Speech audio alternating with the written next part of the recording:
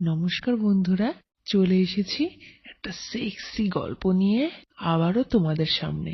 আজকের গল্পের নাম টিউশন পড়াতে গিয়ে চোদন কীর্তি। আমার নাম বৃষ্টি। কেমিস্ট্রি নিয়ে মাস্টার্স করার পর আপাতত গবেষণা করছি। পড়াশোনাতে আমি যেমন ভালো, তেমন আমার চেহারাটাও বেশ সুন্দর। নিজের প্রশংসা আমি নিজেই করছি। টান টান মুখ, ফর্সা, 36 সাইজের মাই, মেদহীন পেট, উচ্চতা 5 ফুট 6 ইঞ্চি। আমার বয়ফ্রেন্ড সবসময় আমায় খুব চোখে চোখে রাখে। যাই হোক, এবার গল্পে চলে আসি। আমার তখনও স্কলারশিপ চালু হয়নি। বয়ফ্রেন্ডও সবই চাকরি পেয়েছে, তাও দিল্লিতে। কিছু টাকার দরকার, কত আর বাড়ির লোকের কাছে হাত পাতবো। ঠিক করলাম টিউশন পড়াবো। দুটো বাচ্চা পেলাম, সপ্তাহে 3 দিন, মাসে 6,000। তাদের সন্ধেবেলা নিজের বাড়িতে পড়াতাম। এভাবে দিব্যি চলছিল। তারপর আরো একটা অফার এলো যে ক্লাস 11-এর ছাত্রকে বাড়িতে গিয়ে কেমিস্ট্রি পড়াতে হবে। ওকেও সপ্তাহে 3 দিন পড়াতে হবে, মাসে 5,000 টাকা। আমি খুশি মনে রাজি হয়ে গেলাম। এমনিতেই তখনও কাজের চাপ সেরকম শুরু হয়নি। টিউশনটা বাড়ির কাছেই ছিল। 6টার মধ্যে বেরিয়ে গেলে 6টা 15-তে ওদের বাড়িতে ঢুকে যাব, আর ওখান থেকে 8:15-টায় বেরিয়ে গেলে বাড়িতে 8:30-টায় পৌঁছে যাব। কিন্তু এই রাজি হওয়াটা যে এভাবে আমার জীবন বদলে দেবে, তা আমি স্বপ্নেও ভাবতে পারিনি। প্রথম দিন বাড়ির ঠিকানা খুঁজে পেতে একটু সময় লেগে গেল। বেল বাজিয়ে বাড়ির ভেতরে ঢুকলাম। বিশাল বড় বাড়ি। ছাত্রের মা আলাপ করিয়ে দিলেন ওনার ছেলের সাথে। ছাত্রটির নাম বিকি। তখন সেভাবে লক্ষ্য করিনি। আর 5টা 16-17 বছরের ছেলের মতনই মনে হলো, তবে কিছুটা সুঠাম, স্বাস্থ্যবান। ছাত্রের মা আমায় বললেন, দেখো বৃষ্টি, আমার ছেলে কিছুটা অমনোযোগী, ব্যাচে পড়ে তেমন বুঝতেও পারছে না, সুবিধে করতে পারছে না। তাই ওর রেজাল্টটা যাতে আরো ভালো হয়, আরো ভালো কেয়ার করা যায়, সেজন্যই কিন্তু তোমাকে বাড়িতে রাখা। তুমি 1 মাস পড়াও।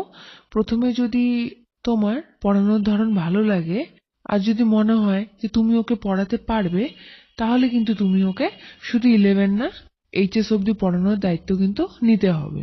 ভদ্রমহিলার স্পষ্ট কথা বলার ধরন আমার দারুণ পছন্দ হলো। বললাম, বেশ বেশ দিদি, আমি চেষ্টা করব। ভদ্রমহিলা ছেলেকে বললেন, বিকি, ওনাকে তোমার পড়ার ঘরে নিয়ে যাও। আসুন ম্যাম। দোতলায় বিকির পড়ার ঘর, সাথে লাগোয়া শোয়ার ঘর। দুটো বেশ বড় বড় ঘরগুলো। আর 5টা টিনেজারের চেয়ে ঘরটা পুরো আলাদা। একদিকে কম্পিউটারের টেবিল, মাঝে পড়ার টেবিল, পাশে খানতিনেক চেয়ার, আর দেওয়ালের পাশে একটা সিঙ্গেল বেড খাট। টেবিলের দুদিকে আমরা দুজন বসে পড়লাম। আজ বেশিক্ষণ দেরি করব না। প্রথম দিন আমার আসতে অনেকটা দেরি হয়ে গেছে। আমি পরের সপ্তাহ থেকে 30 মিনিট বেশি করে পড়িয়ে 1 মাসে সময়টা মেকআপ করে দেব। বিত্তবান মানুষরা এসব ব্যাপারে একটু খুঁতখুঁতে হন জানি, তাই এসব কথা তোলার সুযোগই দিলাম না। স্কুলে কতদূর পড়ানো হয়েছে, আর কি কি বিষয়ে শিক্ষক আছে, সেসব টুকটাক জেনে কিছু সাধারণ প্রশ্ন করলাম ছেলেটাকে। বিকি প্রায় সবকিছুরই ঠিকঠাক উত্তর দিল। ছেলেটা বেশ কনফিডেন্ট। বললাম, সবই ঠিক আছে, কিছু অঙ্ক দাগিয়ে দিয়ে যাচ্ছি, পরের দিন এসে দেখব এগুলো করে রাখবে। না পারলে তখন আমি দেখিয়ে দেব, আর নতুন চ্যাপ্টার শুরু করব। এই বলে আমি বই নিয়ে কেমিস্ট্রির কতগুলো অঙ্ক দাগাতে লাগলাম। কি একটা মনে হওয়াতে দেখি বিকি একদৃষ্টে আমার দুধের দিকে তাকিয়ে আছে। আমি সাধারণত ওড়না পরি, কিন্তু সেদিন পরা হয়নি, আর টপের ফাঁক দিয়ে আমার অল্প ক্লিভেজ দেখা যাচ্ছিল। প্রথমে রাগ হলো, ভাবলাম একটু কথা শুনিয়ে দিই। তারপর ভাবলাম, এই বয়সে তো এরকম একটু আধটু হয়ই, বেশি বাড়াবাড়ি করলে তখন দেখা যাবে। এই বলে অঙ্ক দাগানো হয়ে গেলে আমি উঠে পড়লাম। বিকি এতক্ষণ আমার দুধের দিকেই চোখ রেখেছিল। চোখাচোখি হতে চোখের দিকে তাকিয়ে থাকলো। ওর সাহস দেখে আমি কিছুটা অবাক হলাম, কিন্তু আর কথা না বাড়িয়ে আবার পরদিন আসবো বলে আমি বাড়ির পথে সেদিনের মতো হাঁটা দিলাম। পরের দিন ঠিক সময় মতো পড়াতে গেলাম। বেল বাজাতে বিকি নিজেই দরজা খুলে দিল। একটু অবাক হলাম, জিজ্ঞেস করলাম, তোমার মা বাড়িতে নেই? সে বলল, না, মা অফিসে আছে, ফিরতে দেরি হবে। আমি বললাম, বেশ, পড়ার ঘরে চলো তাহলে। আজ সে একটা স্লিভলেস টি শার্ট পরেছে আর নিচে শর্টস পরা রয়েছে। বয়স অল্প হলেও বেশ পেটানো চেহারা, সেটা আগের দিন আমি লক্ষ্য করিনি। বড়লোকের ছেলে, হয়তো জিম টিম করে। যথারীতি আগের দিনের মতো পড়াতে শুরু করলাম। ঘন্টাখানেক ভালো করে চ্যাপ্টারের অনেকটা বুঝিয়ে কয়েকটা অঙ্ক করতে দিলাম ওকে। বেশ মনোযোগ দিয়ে অঙ্ক করলো। আজকেও সেই একই জিনিস। আর চোখে দেখলাম বিকি এক দৃষ্টে আমার দুধের দিকে তাকিয়ে রয়েছে। যদিও আজ ওড়না নিয়ে এসেছিলাম, তবুও ঝুঁকে লিখতে একটু সরে গিয়েছে। একটু অস্বস্তি হলেও আজ আর কিছু বললাম না। তখনই বিকি একটু আসছি ম্যাম বলে উঠে গেল। কিছুক্ষণ পর দেখি ট্রেতে এক পেয়ালা কফি আর বিস্কুট নিয়ে ঢুকছে। আরে, এ কি করছো? মা বলে গেছিল আপনার জন্য স্ন্যাক্স দিতে, আমি তো ভুলেই গেছিলাম একদম। না না, এসবের কোনো দরকার ছিল না। না ম্যাম, আপনি সারাদিন কাজ করে এসেছেন, এটুকু না হলে কি চলে? কফিটা তো আমি নিজেই বানিয়েছি।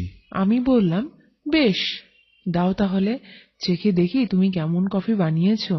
ম্যাম, যদি কিছু মনে না করেন, আমি কি নিজেও একটু কফি খেতে পারি আপনার সঙ্গে বসে?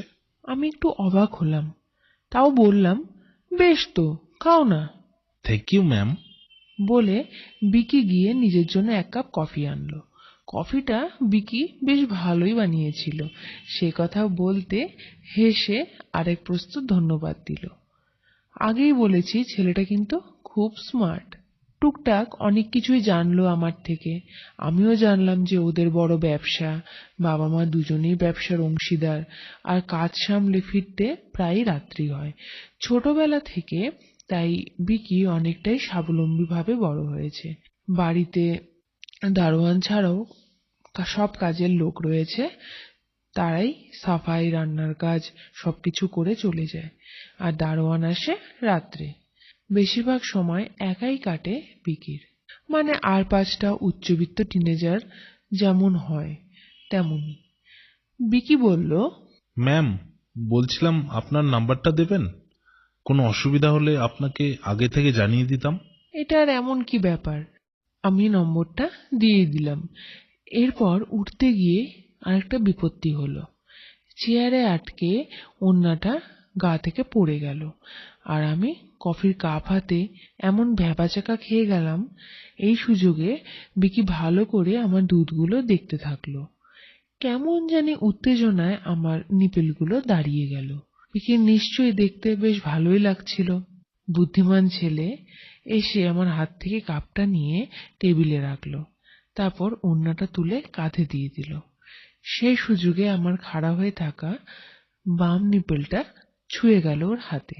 আমার শরীরে যেন কারেন্ট চলে গেল, আর তাতেই আমার হুঁশ ফিরল। অন্যটা সরিয়ে আমি সরে এলাম তার থেকে। তারপর আজ আসি বলে খুব তাড়াতাড়ি ব্যাগ হাতে বেরিয়ে গেলাম।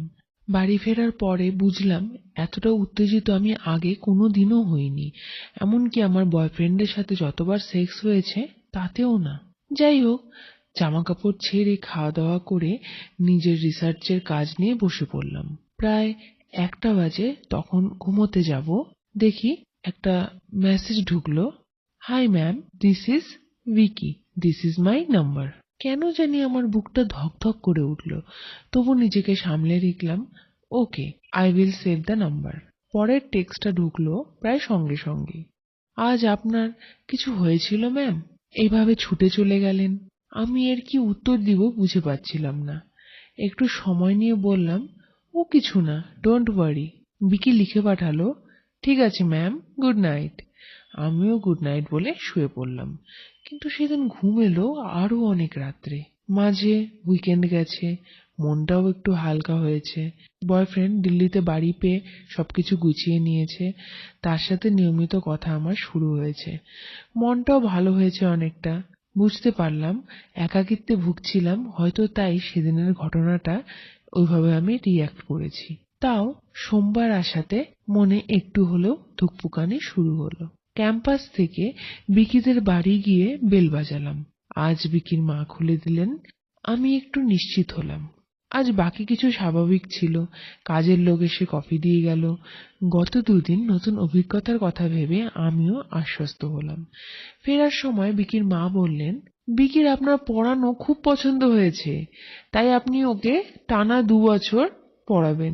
তার সাথে কিন্তু জয়েন্টটাও ওকে পেতে হবে, আপনি জয়েন্টের পড়াটাও করাবেন। আমি বললাম, আমি চেষ্টা করব দিদি, যথাসাধ্য।